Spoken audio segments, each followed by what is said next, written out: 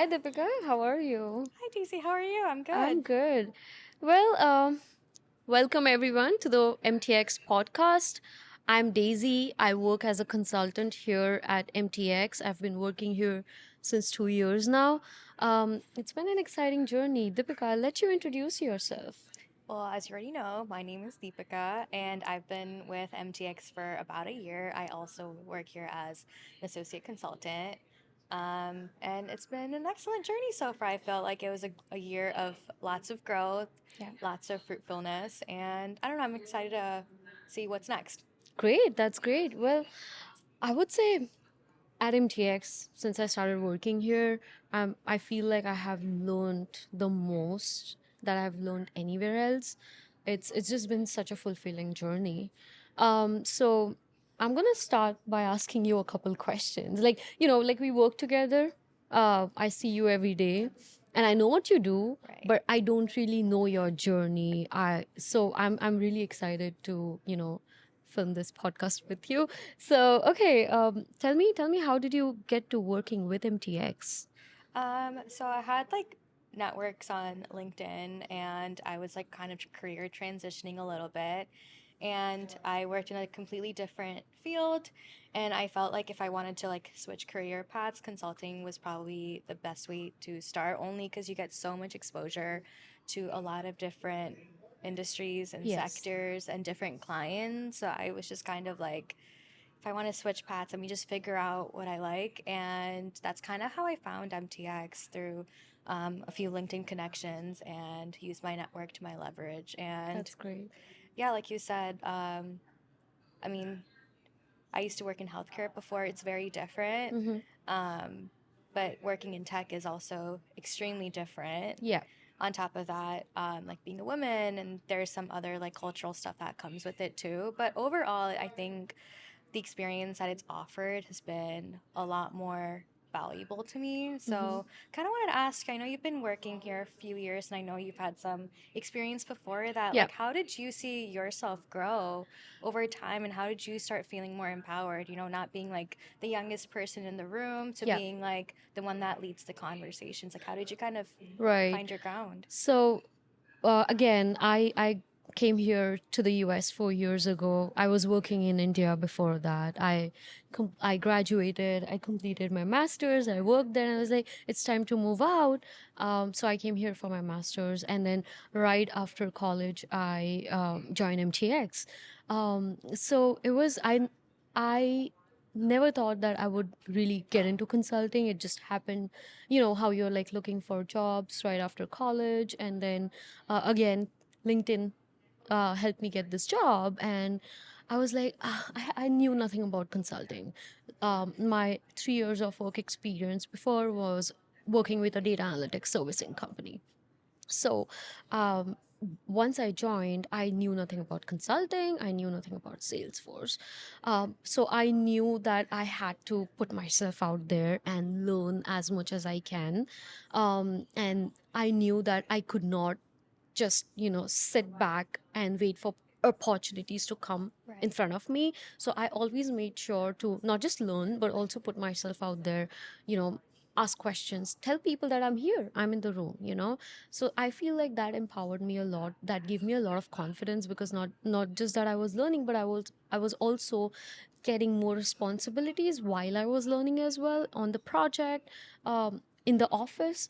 So I feel like that helped me my grow a lot as a consultant. My journey as a consultant like really just took off Mm-hmm. right after the first month, and after finishing the training with MTX. By the way, I don't know if you were in the training. That training was really amazing that we had at the very beginning. Beginning, You probably yeah. joined in the early careers batch Yeah. as well. Yeah.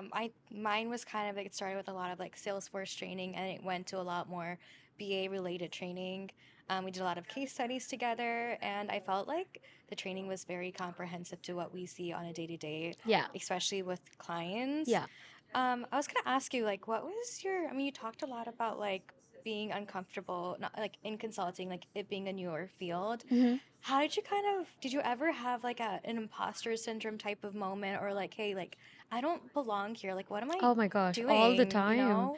All the time. That is such a great question. Like I was like where do I begin? Like I was an introvert, okay? And Okay. then to go out there and talk to the client, you can imagine, Right. okay? But again, there were a lot of times when I doubted myself. I was like, can I do this? Am I good enough to even go and talk to these people? Because you're really talking to the CIO of the state, the deputy director of the state. Right. You are convincing them that this solution is good enough. Right. It's me who's convincing that deputy CIO. So yes, I doubted myself a lot. I questioned myself a lot. But again, as you already heard, my journey is coming from India to here. I knew that this is an opportunity that I'm You just had getting, to like that seize, yeah. I have to seize it, and I have to be grateful, okay? But I also was very, very self-aware where I'm coming from and what opportunity that I'm getting. So I knew that no matter what I feel, doesn't matter. Right. What I'm feeling that day doesn't matter.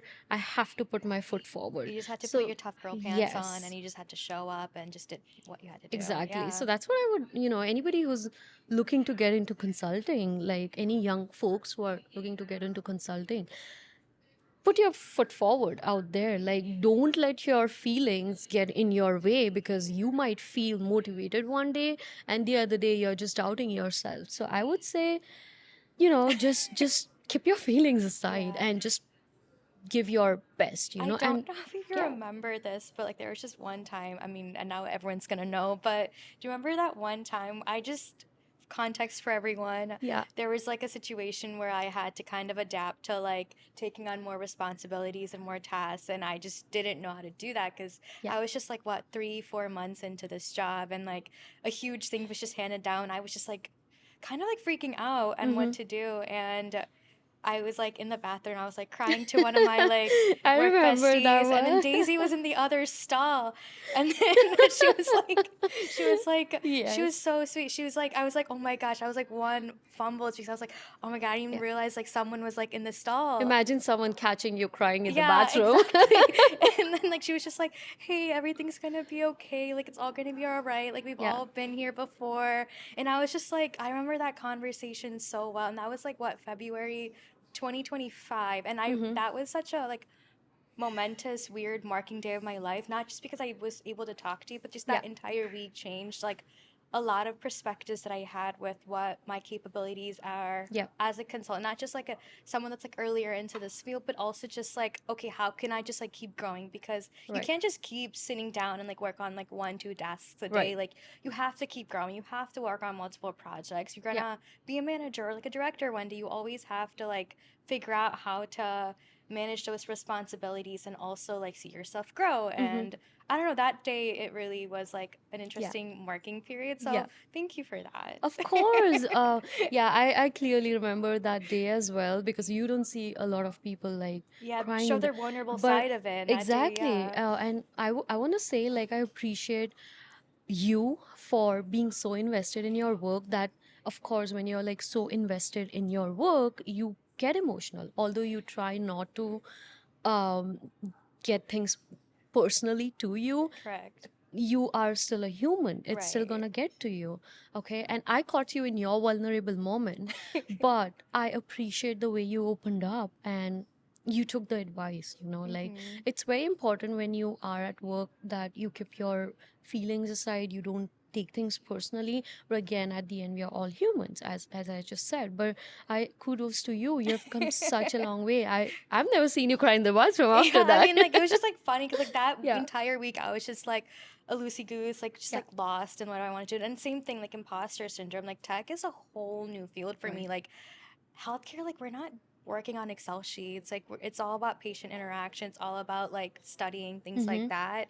And so to come to a field where that wasn't the case anymore. I mean, like, yeah, soft skills when you're like talking to patients, but Right. like, and that's something I took on with me when talking to clients and stuff. But I didn't know like what UAT was. I didn't know what sandbox environments, Yeah. let alone like what an object on You're trying to figure out so Salesforce many was. different things And at the yeah, same and I time. think Yeah. that's where like MTX helped me out a lot, because it wasn't about the fact that like I didn't have experience in anything. It was about like what you could teach. Can we teach her all this stuff? And Mm-hmm. they were able to, and I was able to Yeah. learn. Yeah. And so like the Salesforce training, going back to what you said earlier, like really really helped me. And it's so interesting because like um um we have a lot of Salesforce training here, but like all the projects that I've been Yeah. on were not anything Salesforce Okay. related. So it's also nice to see like this other, to be like a little bit technology agnostic, but still like take that with me in case like I ever get back on to that side. I Mm-hmm. mean, I like that like MTX is like growing a lot more, where they're investing in a lot more associates, Young where they want us folks. to Yeah.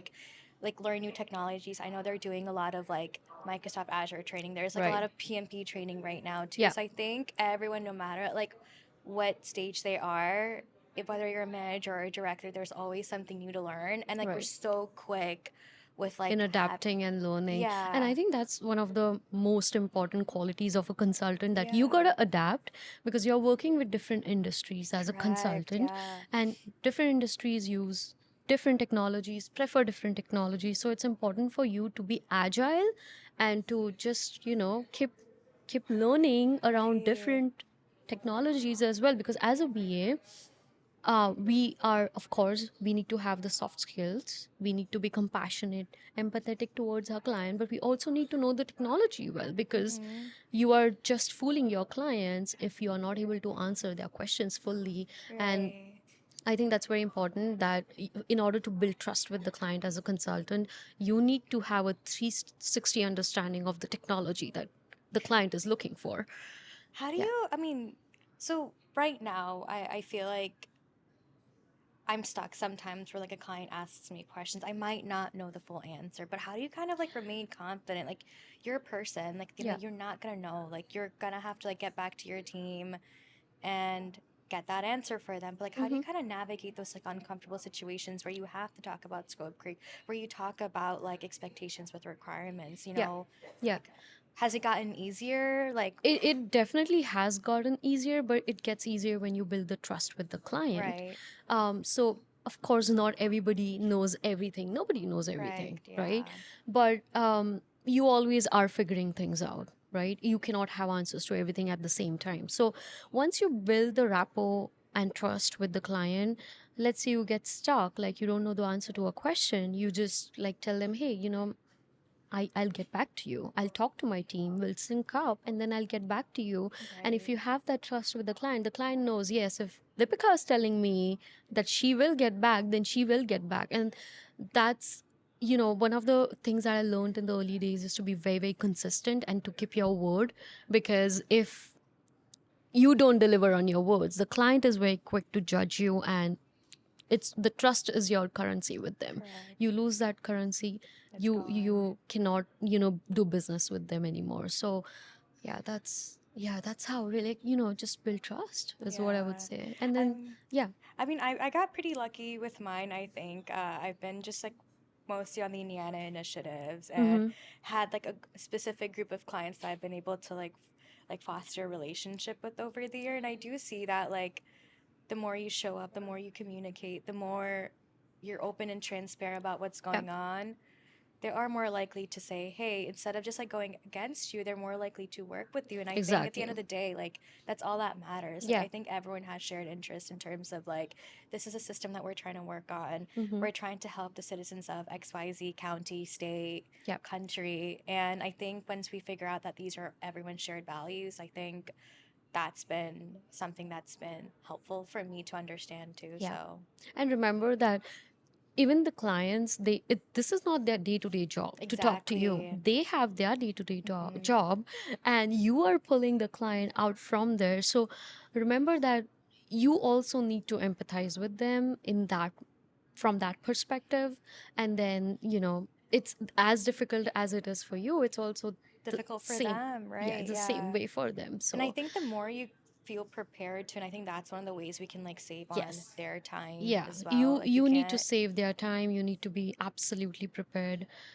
I agree with you 100%. But you know what? Sometimes it's also very different being a woman in tech, like talking to the client, I feel like in in contrary to my male counterparts, I feel like I don't know how, but I, not just me, but I've seen like other female BAs who tend to be more empathetic somehow. Like they just study the body language somehow. You just know the client. Yeah. Like you can read through the body language. You can just read through the clients in a way that the male your male counterparts cannot. So that's a difference, even being like a woman who Yeah. works in tech industry, as a consultant, as a BA who has to talk to the client every day.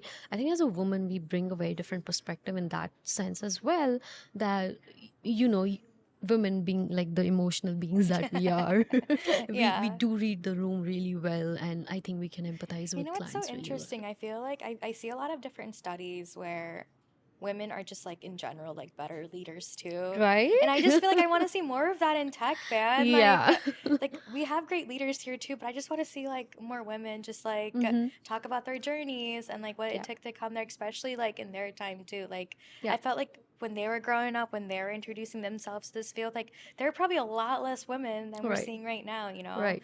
And I hope that grows with time. Yeah. But I also know that women struggle a lot, like in tech, voicing their opinion, And making concerns. people even, listen to them, because just because she's a woman in Yeah. tech, I mean, like, how um, did you kind of like rate, like, start figuring that out yourself, like yeah. finding your voice in the room? I mean, So I really made sure that when I'm giving an opinion on any technology, it's not just an opinion, it's a solution. right. That's the only way I could get my male counterparts to listen to me and to trust me that, okay, if Daisy is telling me something about technology, yes, that probably has to be right, because not everybody can verify everything that you're saying. But if you're just putting opinions out there all the time, I mean, I mean, you're it's just not just leaving about people like, to, yeah. I mean, it's doubt also like not just yourself. about building client trust. And I think being able to build trust with your teammates, Yes, I feel like that's not always talked about because everyone thinks like just true. because I you're in a agree. team, like you're in this silo together, you guys are Yeah. going to be together all the time. But teammates also have disagreements, man. Like, Yes.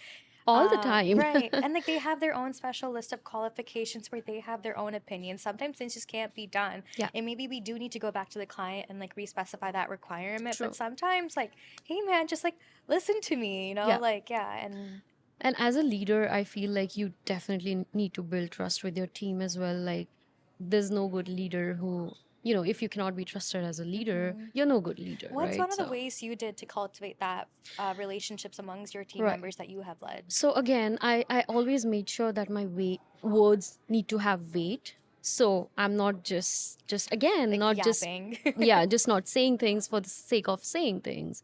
I'm saying things because I've studied it, and I'm stating facts, not just opinions. So that's how, really, like, you have to be solution oriented. You cannot just like talk and talk and talk, yap and yap. No, you have, when you talk, you have to make sure that you're making sense, that you're giving solutions out there, because people love it when there are people around them who can give solutions, not just opinions, is what Mm-hmm. I feel. So Right. yeah, how do you deal with situations like that? I think same way as you are. I think sometimes it often is like, hey, listen, I'm right or wrong. Yeah. It's not always like me doing that, but also like proving my point by like, hey, like this is like a real issue and like Yeah. making sure like for example, we're in active UAT right now and our great developers built this flow in like a certain way, Mm-hmm. right? Even though it makes sense in like a technical standpoint, I was trying to like show them analogies of like, hey, you're a user and you're trying to fill out this college application and all of a sudden this happens, how would you feel in like a real life Mm-hmm. scenario? Yeah. So even though it might not be possible, like technically they're still like putting that perspective into them, like, hey, in the client shoes here, or like, hey, if you're a user of the system, how would you feel Yeah. if this issue happened to you? So I mean, then they kind of start understanding what the client's also looking for Makes and why sense. that requirement is worded the way it is. It's Yeah. not just some like silly way that we're writing it. It's like these are curated, signed off requirements. And Yeah. I think having them have that perspective really has been monumental for me at least. Mm-hmm. And that's kind of like how I like to lead my conversations. Like, That's great. I mean, that's kind of something that's more recent in my mind because Okay. we are in UAT and there's a lot of coordination that happens between Yes. everyone, you know. Mm-hmm. People have different perspectives Yeah. and And so many different yeah, opinions. exactly. Yeah. Yeah. That's great. It's great to know the way you're approaching things as well. But okay, so everything's great. Being a consultant is fun, but Keeping up with tell the me consultants. tell me more about like you're from India. Mm-hmm. I'm from India, but our journeys are very different, right? Like I came from India 4 years ago, but you grew up here. Like how has that been different for you when it comes to like being a consultant or talking to the client? Because I talk differently and you talk differently, Yeah. right? But how has that helped you? Do you think there's an edge that you have, I or think sometimes yes. okay? Like, and hear me out. I think a lot of the clients that we are also people that grew up here, and there's a lot of cultural stuff that happens, right? Right. And you talked about building trust, and one of the ways we can do that is like having small talk Mm-hmm. with the clients, like before a meeting starts, while we're waiting for everyone. I Yeah. think finding topics to talk to them about, like, hey, like, did you guys watch the football game Mm-hmm. last night? And like, I know sometimes that's like a cultural advantage there is, but also it's not that like you can also just like develop that interest and look that up too. But I think over time, like understanding like what's like culturally significant, and I think immersing yourself into like recent events Mm-hmm. and somehow finding small talk Yeah. also helps. But I also feel like in general, just like talking to them as human beings for a second, forgetting that they're clients Exactly. and Mm-hmm. forgetting that they're normal people with Like everyday you're not just lives. robots that you're here to just Exactly. work. You need to know your Yeah. client as well. And Yeah, and like yeah, small talks hold a lot of power. exactly, like Mm-hmm. remembering the little things about them, like, Yeah. hey, how was your son's graduation last week? Things like that Yeah. have really like helped me personally. Yeah. And I'm not just doing it just because they're like a client I It's want to like coming from a maintain, genuine but it's like place. like Yeah. over a year of working with them, we're Mm-hmm. not just talking about like discovery on the system. It's Right. like sometimes casual, the conversations are more casual. Like Yeah. you get to see their perspective, like Mm-hmm. hearing about like a client's mom being sick and them having to like, hey, I gotta drop the call. Like, you know, you Makes still sense. see their day to day vulnerable side of stuff. Yeah. So that still helps a Yeah. lot, goes I a think long I way. think yeah, I think that's one of the most important things that, gotta empathize with people. Like you're Yeah. not just your robots working. You have to understand that they are human beings too. And that's yeah, I think Yeah. I think a lot of times we're just like so work oriented that we forget that the other party is a human too. So Yeah. that's a great point. Okay, so Deepika, this has been such a great conversation. I love to hear the perspectives of different people on what being a consultant is, and I loved how you have you have brought yourself a long way.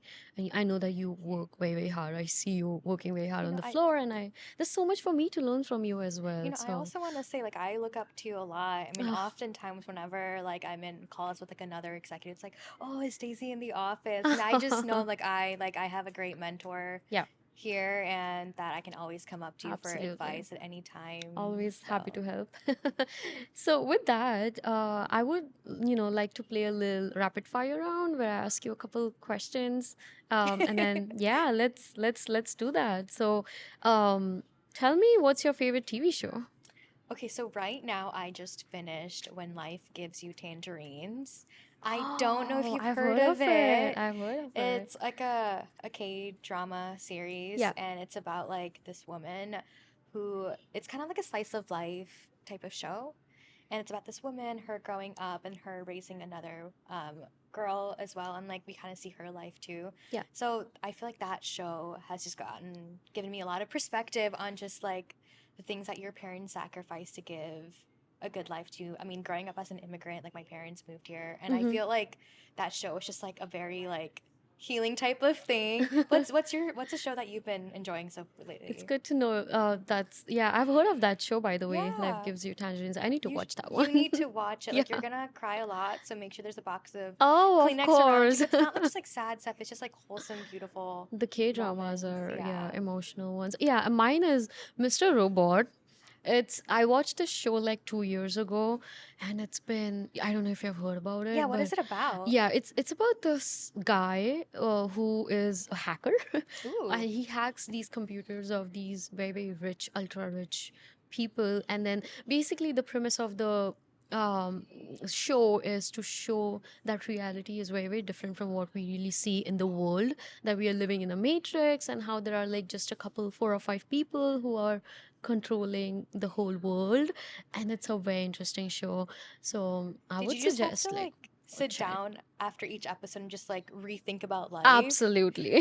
You need to. Yeah. It's a great show. I think everybody should just watch that show. It's a great show, Mr. Robot. What's something Um that you can't live without? I cannot live without my dog. Aw, what's your dog's name? Sometimes I'm sitting in my office, in the office on my desk, and I'm like thinking, this poor guy like comes and sits like just right in front of me. And I'm like, sometimes in the office, I'm like, okay, I'm just gonna imagine Toshi's here.